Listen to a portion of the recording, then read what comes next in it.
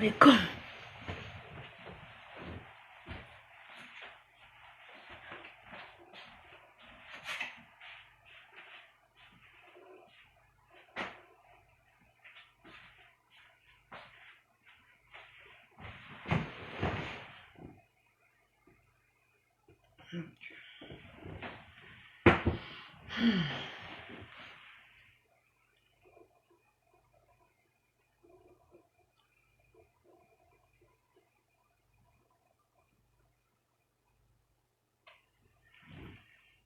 Well, good morning.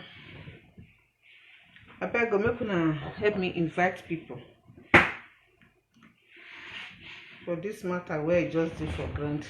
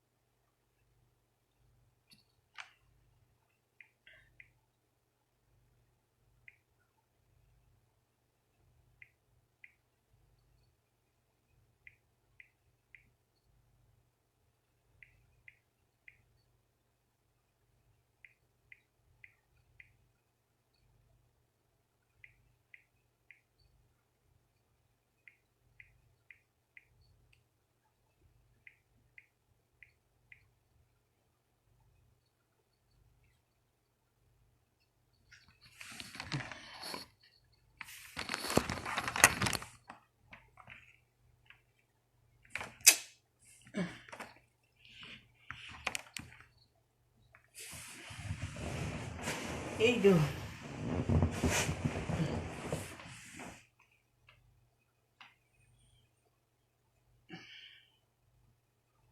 I don't know why this thing not too bright.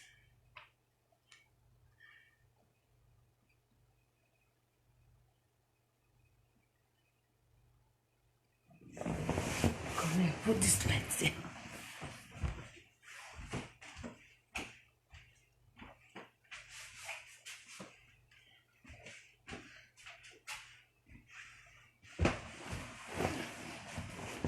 Now, good morning, everybody. Now, well done. Not be audio, na video. Na video, you know they see ah. Now video, not be audio. I be the place dey dark. Let me know now. I beg. Let me try to put on the light. Now, good morning, everybody. Now, welcome. I beg go this small matter where is dey grand. Now, me I no understand. You know, I always say I'm a learner. Truly, I'm a learner. You know, say there are many ghosts living among we human beings. So, me want to know what did Christianity really know about these ghosts that are living among us? Because me, I never see Bible talk say it never talk about ghosts too. Because for Bible they say it is appointed for man to die once and after death judgment. So me I not can understand where we say these ghosts where we dey see so ghosts where they live among us so they not do their judgment. Me I no understand though. That make me they say okay oh make I know because I want to learn. I want know wetin dey happen. I beg. Who get idea make it let me know. Wetin Christian get about this ghost where they live among we human being. Some dey even dey marry, born. Many like that. Me, I don't see ghosts. Person when don't die, I don't see him. We don't stay together. I don't see him. Even when my mother die, I still dey see my mother. Before I go do my mother burial, I see her 3 times. They come my house. I can't call one of my spiritual father in Nigeria. Say, see what I dey see you. See the way my mother they come meet me. Every time my mother they come, I just start with my mother. That time when my mother died, the first day, that very day when my mother died, before I know say my mother died, I come out, go give person. Somebody will follow, will say he won't buy something from my hand. So I go give her the thing. As me come back, now my daughter they tell me say, in the chat with my sister children, they thought say he no well, the hospital. Now I say, okay, give me the phone, me I take call them, me I ask what thing they happen. So now so you take give me call the number where they take chat, those children they don't off the line. So they not come talk to her again. She can't enter inside. As she enter inside, me come like that. So I can't be like say I dey worried. Now so I just see some it be like shadow. This one not appear as human being, just be like shadow. It can't stay with me for bed. Small time can't say the other door, the other room. When we say person no they leave, be like say the door, they just burn the door. Boy, you hear loud noise. I can't get up for bed. I can't go open because now only me with my daughter there inside. No any other person. Now I can't call her. Now you open door just now. Say no, not be on like that. I say he cover himself for bed. And I say, oh yeah, come out, come give me the number when you take talk to them. Make I know what they do, EJ. Not knowing say my mama don't die. I can't they find numbers. I can't they call many numbers where they get before I can't get my immediate junior sister when that one can't tell me say EJ the hospital this and that. They don't want to tell me say that. Now I tell them say, okay, the hospital where my mother dey. Give me the address. I will send somebody go. If that hospital not they okay, make them carry and come on for they go another hospital. She can't say me they insist to the. I want to know where my mother dey. Now he can't tell me say he don't die. As he just die for that vaccination, I say if he die, I die for everybody. Now they would they say with me die. I just promote. I just forget. I don't come talk. But I can't be worried. I not cry when my mother died. She was 95 when she died. I not cry. I just they waka. People can't they greet my daughter in church members, then they come they greet us, say sorry. That same day, as we day, my junior sister went there Germany, that will come born. That same day. My mother died around 12 o'clock. My sister born around 6 o'clock in the evening. So the thing can be, say, we they cry, we still they happy. I say, okay, no problem. So the next day I can't call my daughter. Say so yesterday that door where be say just open bam. Who do one? Say he no know in the inside house. I say me I just surprised, but I see some shadow. I say I've been at the sign to let me know say my mother died with that. I can't forget. So many times, sometimes if I want eat, I'll say my mother go just dress white and white. Go use white lace, white boba. She go just dress fine. I go see and she go just enter. Sometimes now let me dey her house. She go just enter. She go just tell me. She just dey beg me say, women la wo wo, yabome la wo wo, etun vieille kugbe. That's my mother will be pleading with me. When I was just say, you don't be like say I did trans. I was just shout say, if you're walking, as I just shout like that, I no go see my mother again. So that thing continue to they do me. And they see my mother, and she always they come with me, come they talk to me. Physically, not be say for dream. I can't call my spiritual father for Nigeria. Say, that is what happened. He say, nothing now. Say, not say any bad thing. What he tell me, he say, well, because I never go do my mama burial. Make I tell them, if I say I don't go come, make them burial. But I tell them, make them bury my mother. They don't agree bury my mother. They say, unless I come. If I not come, they don't go bury my mother. So, now so my mother stay 7 months for mortuary before I can go. So, when I come bury my mother, I just think say everything don't finish. All the thing will be like say heavy for my mind. I think say everything don't finish. As I don't when I come from Nigeria after 1 month, very early in the morning, they go out. As I just cross the bridge, come down. That name, now only my mom, they call me that name. No other person, they call me that name. I just hear the name. Just come on, on top of the bridge. I won't come down. And so I just turn back. As I don't come down for that day for the last step, I just turn back. I see my mom on top of the bridge. Just gonna say, what happen? What thing they tell you? You know they hear. Suffering, make you dey suffer. God, everything go dey okay. But forgive your sisters. Anything will happen, make you forgive them. They be your children. Now I say, I just do like this. I can't cross road. I can't stay because I won't wait for bus. I can't wait. I can't stand. I can't dey cry. I say, shebi if dem say if I don't do the burial, I say my mama no go appear to me again. Why she can't dey appear to me now? Can't dey cry for there? I stay there. Where I won't go before I not go again. I just turn back. I climb the bridge again. I come house. I can't dey tell my pikin say, see wetin I see o. They say if I bury my mama, I no go see my mama again. Why I can't see the see her now? When my pikin say na because I dey think of am. Shebi yesterday I dey play the video where we take do burial. I see they cry. Say because I dey think of am, na him cause am.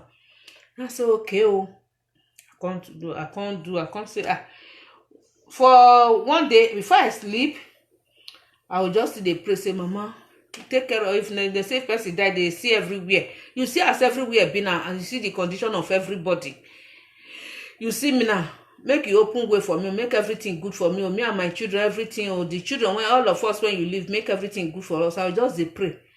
So it come be like say myself, I dey pray, or even till now, I not come to see my mother again.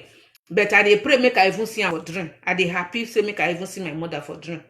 Dream now when they talk now, I dey pray, but before I see her physically. So really, if person die, they see her. You tell when I dey Lagos, I don't eat with ghost. They play with us, they do everything. No say don't die. That man now from Niger State, now the man come from Debon. People where come from Niger State, they go know the village where they talk. So Debon, and they go the place. So this man, he don't die for Debon State. He come see one of his village person for the place where I dey. So then two come they play. Because of that, when they enter my shop, come buy something. Even leave this tape where they see 12 battery, that big tape. Leave one for my shop that time. My sister where they Germany now, they be Thai friend. Where we say that they play. Even the girlfriend to that ghost. Now Thai friend to my sister. All of them, they come dance, eat, drink for my shop there. We don't know say this ghost don't die. This man don't die for us. So as they come, they introduce themselves because many Nupe, this is Takpa people. No say Takpa people now they call Nupe. Many of them they for that place, they for that Alaba that time. So he come they introduce themselves. He come they tell that Nupe man say, if come from Debon people no good. Then do impact. So they like to go to that place at all. He come they tell that man. That man say, in grandpapa na from Debon. Say too much growth for that place. Na Akere side, Ushishi, Babangida village. Na that side now for growth. So they come they introduce themselves like that. So these Debo people now then get house for Ijora. All those people where get big hostel for Ijora now them get that all those houses now them. They know they go home because of the bad thing when they say that they do for their place. So now so that boy talk and say they go home. They go with any Debon person. We don't know say he don't die. That is why they talk like that. So you can't get one girl, one lady when they call the girl that time Aisha. So when Aisha come see the boy now, they say they come from the same area. So they follow the boy, they play, go buy through everything. All of us they eat, they drink together. For there, the boy just like us. Particularly my sister. Anything when my sister say make it buy. Plus this my last born where they with me. So that one a baby. Anything go just carry and give her food. They buy sugar, they go put. I say I'm not going to take sugar and mineral taste spoil this pikin. Now that boy that they always they buy him. If they come from where he go hustle, where they come, he go give my sister money, say take, make you hold her for her, they come. Now my sister they help this boy, they pay this daily contribution, Alajo. every day. Now my sister dey give money that time. So e come get some people wey come from my 12. These same people come from my 12. As they come now, because this boy don introduce in family name everything for that Aisha. Now he come talk say now he come dey talk, Aisha come dey talk say this boy when they come here, so he know family well for my 12. Then family plenty for that place, he know their people well. Aisha go my 12 now, go tell them say you see so person will see wetin talk. They come tell Aisha say this boy he don't die for their born for their side, they don't bury him. Aisha say na lie. Aisha come. When Aisha come Alabama, those people come and say if na true you dey talk, they won't come see this boy. Aisha say okay, no problem, make them come see the boy. Where the boy they live for inside Alabama, they there with his girlfriend. So that day when they come, we don't know say this boy don't know say people won't come find am. Who know am won't come find am for Alabama. And so he just come. I just said this boy never used that action before. As he just come, I say he just come. Say may I give him a tape. Now I say your tape. Now so I just say remove the plug. I just carry. I give him. He asked of my sister. Now I say my sister don't enter inside market. He say it's custard. Now I say what? Anything happen? He say nothing happen. I say okay. Oh. So now me come stay. That time there is no phone. Talk to say I will call my sister. Now I say okay. Oh. No problem, make my sister come. If they go now, or you want sit down wait for them, make it come, make I tell her say you dey find her. He say urgent you just need an and I say okay, oh, no problem. So as he carry the tape, they go the side where they stay. And there my sister just come. Now say this boy come in that night that they call her. Say he come just now. Say they look for you. Say waiting. He say he see him. Well, for money, he tell am say e be like say him go collect him money today. Oh, he say na make him waka comot, na make him go meet the Olajo, make him give am the money when he help am pay for the account. Say na this money na he see am, so na the money he go collect. My sister carry the money, say see the money for him hand. Then I say okay, he come just now, so sit down for there. If they come now, make you give am the money. This boy come they come, as he just they come, he just I don't know as my sister take see am sha. And so my sister just go give her money. No come reach my shop again. Just give her money. And so this boy just come out. They go. We don't know what they happen. As it never reached 30 minutes. Now so these people just come from my 12. With Aisha, they come find Aisha. Aisha come to say, come they ask me, say, where this boy now? Because they know say not there, not the boy they always see. Then I say, he dey here since, but he don't go house. Now so I can't just explain how we see him. Now he say, okay, oh. Make them go check for where they reach there, they not meet anything for the house again. The girlfriend now come they shout say you see at that time when they open door they enter, but in the where you won't go bath. So you see and say they open door, but you don't know say compact load. We not see nothing. Everybody come they shout hey. Before those people come they talk say that boy don't die for house. See what they call him, everything whether they call him, see everything. The boy don't die for house. Where he can't come out for Lagos. The girl they faint, they wake up, they faint. The person went with and day. Could you believe 1 week? My sister, if my sister can't they fear. If you go say, make you not see this boy. If my sister said, I know they feed, they fear. Say in they see the ghost of the boy. Not say they see him, they fear. Because he with the boy, they too they close. Because they fear. I say make you not fear. But me I not fear. Because now when I can't grow, now I can't fear. When I they grow, they cannot. I don't know what they call fear. I know they fear. God they tell my sister, say make you not fear, nothing go happen. If we go house, my sister, when you won't go back here, they go say, hey, sister, I beg, follow me. I say, not be here you there before, saying they fear, make you not see this boy. Now say because you put her for mind, now it be. So that one, that's the past. Another ghost again when I don't see experience. My husband brother. So that they call her Felix Igbinovia. He died 1980, was it 1985 or 84? Where he died. So when Felix died, Papa Faith, when he died house. as he died, they put him for side room. They prepare, say they want burial. Get small children, about four children that time. So they prepare for the burial because now musician that time. So all in boys, they say they won't play for her. Ghost really is ghosts. They live among us. They live among us, and they are doing things what we human beings are doing. But Bible did not say anything about. Did not talk anything about ghosts. So my Baba Faith dey inside house. Everybody they cry. Say Baba Faith die. Everybody they cry. We don't know say Baba Faith go come out for Wasota. That filling station where they for Wasota. Now one of him boy where they follow and they play for Sia. That boy say he see Baba Faith for Wasota, that filling station there. Now he go say, see brother. Hey, brother, we no well, see, don't well. Say he can't be happy, he can't go meet her. Now Baba Faith can't talk, say, just so he don't they okay now. But make it go their village. They need down, nah. He get what he want do today. Make him go meet there for there. Him be the finances now. He don't see her. Make it just send her motor, make it go the village there. In the fight, they wait for her. He get something where they want to do today. Make it not me say, you not come oh. Now the boy say, no problem. Get in they go before.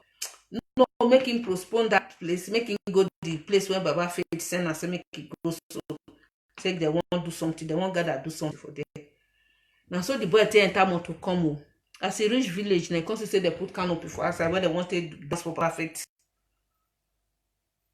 Now the boy say, what did happen? Okay, me now this night they call him for. Now the boy enter night say Baba Faith don't die so bad yesterday night. Now this boy say, person when you see for Wasota just nah. See the cloth when he see the suit when he wear everything. The boy they describe and say now he tell us say make he come here. Say get what they want to do. Now they say the thing what they want to do now to they want bury her now. Make una come play for her. Now what that one? That's what happened that for that time be that too. Now the boy come they cry. Seriously, everybody they cry because they young, you know, not be say you old like that. So in the night, you never finish for there, as when they do the burial. People they dance for outside. Could you say Papa Faith set the instrument for backyard? And people when go backyard, when they come they listen to Baba Faith voice. Come they listen to his voice where they sing. Everybody rush go backyard. They say, they not be the music when they for outside. People they listen to this what they talk so. It happen real, not be say go come. People there outside where they dance before all of everybody. Now the one when they come they happen when they come they sing for inside bush for backyard. Then they hear the sound from there. Clear voice of Papa Faith, Felice. Now that one, then they come they hear. See the music, see the voice, see the band. Now they say Papa Faith don't they dance for himself, don't they bury himself.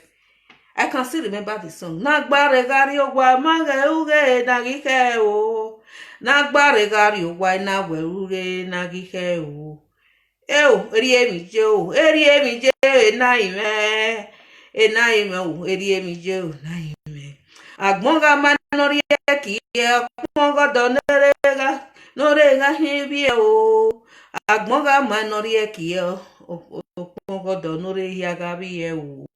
Erie mi je o naime. Naime o erie mi je o naime. Feti wa so.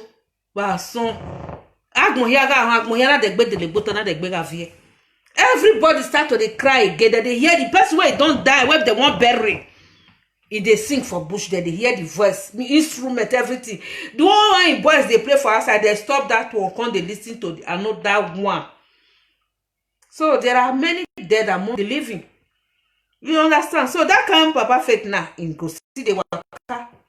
They go maybe still go born for another place. A person not go know. Nobody will know. So that kind of thing they happen. But not talk about it. Christians don't know anything about it. And so that kind of thing see they exist. They exist. This one when they say go happen for Libya now, they don't know. Even this Europe, many spirits there. Benin there, many spirits there. Lagos, many spirits there. Everywhere, spirit they ghosts they live among us. We they marry them, they born pikin, this and that. Another one I want see come talk again. You not see those family where they say make you not carry those children come. They be bad people. They be bad person. If suppose he carry one oyibo now, say the oyibo give am money now, won't carry 1 million cost. They go reject that woman with the children. They see her. I mean, on go amwe abera. I mean, on go amwe no go. They see what they do. Because they said he born for ghosts now. They say make you not carry the children come house. That if supposing now he give am money now, maybe he win one lottery. The family go say make you not carry the children come house. You see how wicked some people dey. Huh? Now they find money. The person now not see money bring come back. If you see children carry come house, now say make you not carry the children come house, so you not go welcome her. He don't want and they talk to her. I beg you. I mean, not go marry you go. And then they ghost in the time when that ghost, they give that girl money, they do everything for her. Now, so they not even chop for inside. They not eat anything for inside the money. I mean, no go mamwe no go agwagwa. Eranga ki gone, ema ya fefefe, inya iso we aye, ye lese we aye. Ewe no wasunu wakmona wa no there are ghosts, many ghosts there where they live among us. When we say we don't know. So now just say by special grace of God. May God not let that kind of thing happen to my brother or my sister, even my child self. Say now goes to now he come born for I go help and take care of the children.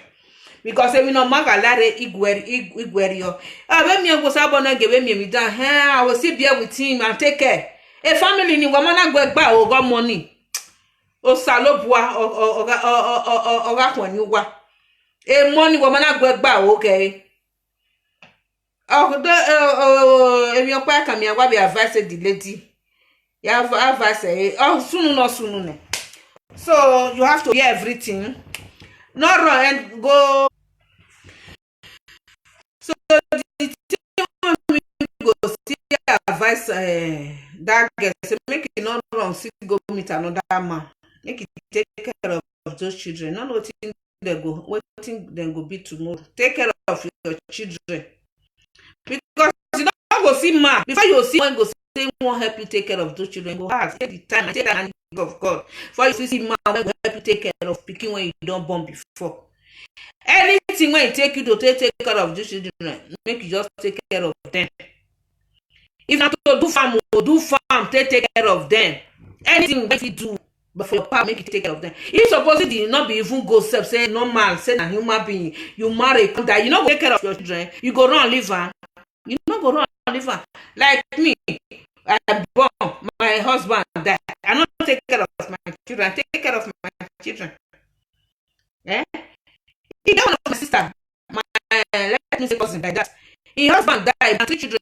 Now he died for that woman trained today, the woman not married. That my cousin not married. He tell the children, but has something just like that. Family they help like that. You understand? So if you take care of those children, no one know what it go happen. What they will become tomorrow. Not throw away them. Not just throw away them at all. Pay attention to their well-being. How they will take growth to become somebody in life. Take care of them. Now my advice to you be that. And some people say when they're supposed to go to Ghana far now, and the person when know the road to Ghana, that one don't cover, it not stand.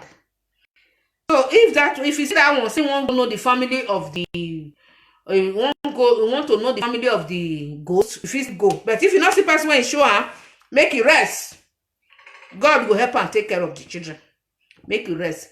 The other person say they will come they behave abnormal. Now lie, they not they behave abnormal at all. They not they behave abnormal. That one when it happened for Sapele that time, when we say the woman born 4 children for the ghost. The person when na equal na be the ghost, so the man na equal the woman na robo. They come there for Okpe Street for Sapele. Now there the thing happened that time. That was around 1978 to 79. Yeah. 78 to 79. Now that one happen. He born 4 children for this ghost too. You no know say the man a ghost. So time come reach now, the woman they worry and say they made them go know in people for equally, made them go know the people for equally. Now the man they postpone now tomorrow, next year, Christmas time, Easter time like this, they postpone. That day now the woman say he must to go know. He want to go know your people from there. Make you still can know. You don't born 4 children for you this and that. Now the ghost equally man pack loads. He say, oh yeah, make we go see my people now. So they take enter motor with the 4 children. They reach the village where they want. They reach the village when we say now the village of the ghost man. Now the man say, just a wave and they greet somebody. Whether they greet person now, so the woman talk. Say now he call down, say make him talk to this him brother. Make they go, make motor carry and say, you see the house for that place. He go use leg. Because he won't greet this him brother where they for this place. So make that him brother come welcome them. Now so the ghost stay come down for motor. Now the driver they carry the woman they go. They not see the ghost again. Now there they see and that was the end of Solomon Grande. They not see the ghost again. When the driver reach for where it's made them drop, make it drop the children and the woman, they drop finish. Now picture can't show the people there say, and I so person I say make him come here and I ain't born these children for. Now they come they show a grave where they bury and put. Say na accident now you get. See where they bury and put. Yeah. The children then they nothing do them. So that one when they talk, maybe people don't put hand for their life. Even people when they for that surrounding the community, where you know say them be ghost speaking, don't use that opportunity to inflate them. So that is why those one call they behave abnormal. These children when they talk, when me and they talk, so we grow together. They not behave abnormal. Even the third one, for instance, very brilliant. If you see that boy that time, he no book that. When they say brilliant, the boy they no book well for school. They were all good children. That one when they talk say they can't they behave abnormal, the community don't put hand for inside. The evil people were there for that community, which the demon they don't put hand. They don't use the opportunity to say now ghosts now born them. Make they talk say now the ghost of their father and now they worry them. That is why. They just see one opportunity to enter those one. Don't when me I don't see they not be evil. They not behave abnormal. They behave normal. They sharp. Normal children when we say where you go see them, you go like themselves. When you go see those children, you go like them well. Like them be. So the thing when me the advice when me just get now the woman let me want advice. Make they come they call for money. Say they come they call for money. So who get to make it happen? Who get to make it happen? I want advice the woman is wrong. Anything when you take care of those 2 children, make take care of just those 2 children. Make you not run enter husband house. If you run enter one man house, I no go fit help you take care of those children. What the man go just do you? Now you go just like you say make abandon those children. Just like what happened to me. So now so I don't want those children to suffer. Be strong. Be strong well. If not farm what you go do to train those children, do one. If not anything where you know say you go sell, take train those children. Now what me I just know. Be strong. Love those children. Give them better education. Train them well. Be strong. Anything where you know say you go take train them. You understand? Not depend on anybody. Not depend on one man. Not about those children. Follow one man come out. Let the children be number 1 for you for your life. That's why I take care of my own. My children, when the time when their father died, I look up, I look down, and say, hey, that's how I take care of these children. That's how I do. I don't know how to. Today, my children don't grow. Now, me even ask them, say, I beg, give me like, I need so thing, need like this. Now, so I struggle. That's how I take care of children. People will see me that and they laugh me. They'll say, hey, if you see us, it just won't be. Hey, if you see us, then they laugh me. That time, many people, they know. Then go watch this video now, they go see her. Then they laugh me that time when they take care of my children. They don't know what thing they pass through for inside my body. And then they laugh me. I don't even see man when go help myself. Man when go even say even like myself, then go come. say they like me, then go come talk all their heaven and earth finish. When they talk finish, I'll say explain my own for them. I got 3 children. These 3 children. This one dey for university, the other one dey for university, the other one now see. They pay house rent, they do this one, I buy their hand that, I do this, I do that. I'll come explain all my problem for them. When I explain finish, now so they will talk say, hey mama, that's what I will see you now. We go talk later. Now that is the end of Solomon Grande. I'm not going to see them again. They go wrong. The one when even talk say, hey, make me it even do say, okay, I'm not worried now. Say me self don't see get picking. Hey, that one, if I dey send money to my children go dey complain say they need this, why they send. That man go dey vex. He go dey vex say why I dey send money. He go give my children. I cannot be get my money for me now, my sweat. So I go send them, and my children, I go send that to them. I be one day cower. All of them they cower. No man go stand say he won't help you take care of your children for you. If you believe say one man you want after you go marry another man, for where not let those children suffer. Today, all the men they don't run. I don't see anyone stand with me to train my children, but me and my children will see day to day. This morning now, then 3 I don't talk, me they don't talk. Eh? So if I find person I want to talk to, if I don't see person talk to, I go call my children. Then we just carry one topic, then we go just talk, how we go do this one, we not go do this one. Sometimes we go quarrel, we'll see settle for phone there.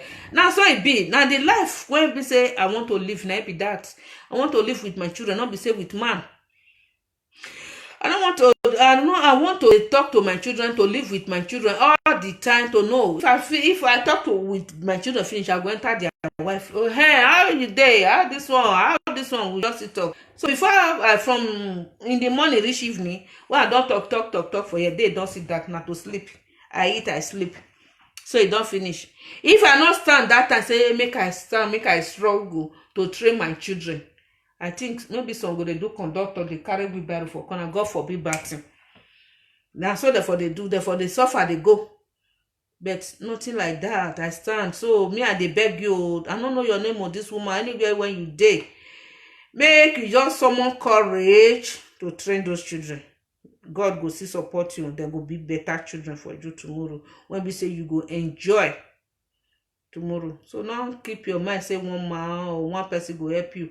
When your family don't even they reject you, so someone courage, know what you go do. When you carry them reach house, know what you go do. If not village, just go village. Jimmy, go village with me. Not anything, anywhere, anything can happen. Anywhere I find myself now, so I dey someone courage. They help myself out too. I no go look one person. If you like, make they laugh me. The time when I dey carry basura for Spain, I'll carry basura. Any basura go just dey waka for everywhere. They laugh me that and say, see how I be, or see how I be.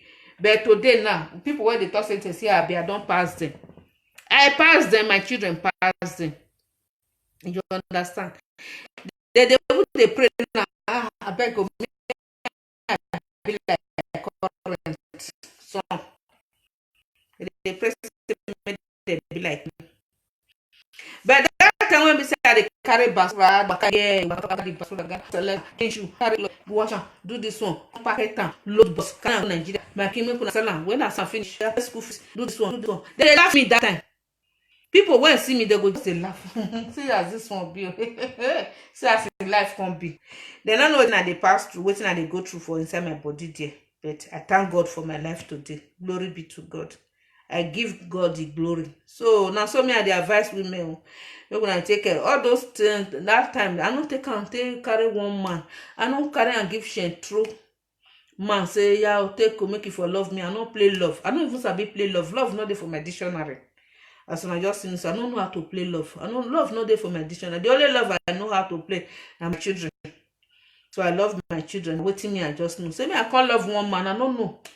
I don't know the damn when God create me or when my mama born me. But I say love not the house. Love travel. It just travel. I don't know. So me I don't know that one.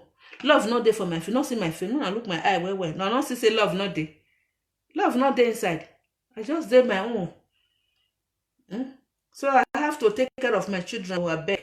Make una take care of my children. Anybody when he born, the man die or he born for ghost or the man live, take care of that children. Make you take care of them well. Let that children be number one thing for your life. Anything when they do, let that those children make them be number one. If you want to love tomorrow, your children number one, carry them first. Just carry them sandboard. They carry, not say a dog, they carry bone. They waka, just they carry them anything. Anyway, if you sleep, now your children matter, you follow sleep. They waka for the road, now your children matter. Now him be the best. Not just say na one man na him wan come do this one. Na for where man go do tomorrow go comot, you go tell you say you be bad person. And the evil thing wey be say you no even do self, na that man go dey talk, dey waka, dey follow you. So not just get time say na one man. God go help you take care of the children. Na only Peter be, not be Peter and Paul say, gold and silver had I know, but with the power of God, rise up and walk. Or now so they say they for Bible. Now so the prayer when we go still pray for you, gold and silver I don't know, but the special grace of God, God Almighty will support you and take care of your children, protect the children and support you to take care of them in the name of Jesus. Amen. Enika ogagwe gba ogomo ediento ogari etimi gbegbe no ri enwan we no aya gba owo ibweni. Ma they family we man una ile so kwani mana zejo we ge vie ge abandon money e ko vie money okan ga winu gbono eni tinu obowe gi be gbado ko kin bi akin o so ti bi aje ki go bi adale mi be do akin ni mena no gwe gwana ni me mai ka wuro ya survive error. You understand? So I can say I'm a strong woman, very strong. I mean company me I say ni here setting na survive. Anything na really me if e kwa we if e ko ya survive ko no ge me gata we hi we me bo iwa je ge mi no no ge I don't care. Ekeni me ri we ri out there me na tabi ke me ni ai me dami hoy. You understand? So ri me be ja e advice man bungwe ni abia you man wa we be very onu na e ko set someone encourage akoke money e de na ko ugari e o salobo no gba ogun e din do nika o no gbo gba ogun money ni ama no ani pa ka me ne kere ni wa me ni a ta o wala wo so bete Bible man tell me concerning abi egbe very oni Bible we exist. E Bible ga tamu wa exist. Me ne current boski na tamu wa exist. Be mi jime obi omo me. E opi be ko be saple. So I have a ghosty when ghosty give me. Ero o ha mu me. Ni na we all those have spirit. What did I talk about? Waiting this thing. That is a manibulo na yan la dian be cemetery, all those things. I don't see witness that for Coco. For if they go worry side. You get one party when we go for Coco. Don't they say Coco Junction, that Coco village near the seaport for Coco there. Now they will go on party. So as me not like to take for party, that's me not they like party. Even party ghosts they see they for party. Oh, if your mind clean, all those ghosts they know everything. If your mind clean, ghosts not go do you anything. If you get evil mind, now ghosts, all those ghosts where we say danger, but I don't know how to take all that. Where we say they go harm the person. But if you are innocent, your mind clean, they not go do you anything.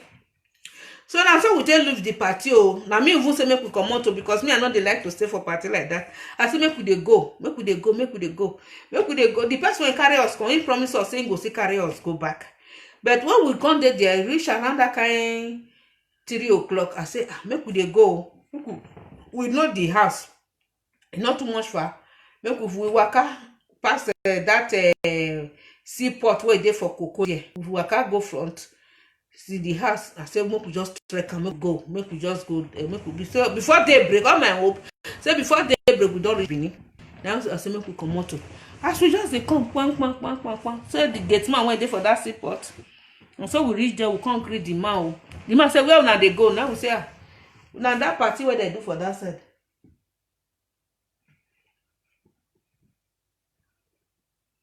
Now that party where they do for that side. Now we they go. Now the man come say party. Now they work out this night. Now not supposed to work out this night too. Make una come stay for here. We be 3. Make una come stay for here. Now I say, come stay for here for waiting. Make we they go say, I mean I come stay for. Now I say no. Oga, we won't go enter motor for there. that motor they carry us, they go Benin this night. So before they break, I will want make we reach us because me I dey go market. Say make una come stay for here. This time person no dey waka. Now this time people when be say na the way they get this time and then this kind of time na dey waka. Now that we dey call Benin people they call it new one song. Now say people get night. I say so that girl come tell me say make we stay now, make we stay.